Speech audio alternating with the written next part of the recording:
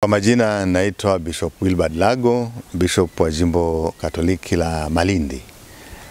Tungependa kutafakari kuhusu elimu, hasa mkabala wa elimu ya jumla au holistic education.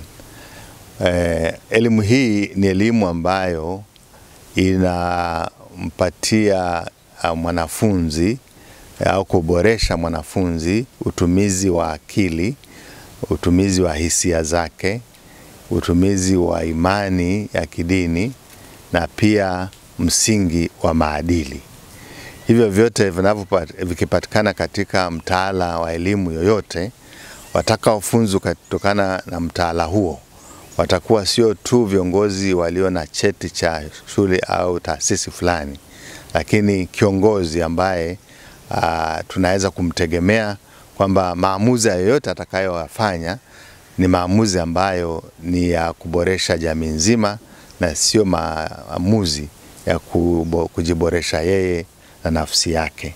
Na nafikiri hapa nchini tumeona mara nyingi kabisa vijana waliosoma vizuri, lakini wanapopata nafasi au wakiachiwa mali na wazazi wao hawana ile discipline ya kuweza kuboresha au kuendeleza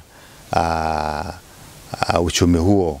Na hii inatokana mara nyingi kwa sababu wakati wakiwa shuleni elimu ilisisitiza sana kuhitimu kwa cheti cha hali ya juu na sio maamuzi ya kimaadili, maamuzi ambayo na msingi wa kidini, maamuzi ambayo yanajumlisha binadamu wote.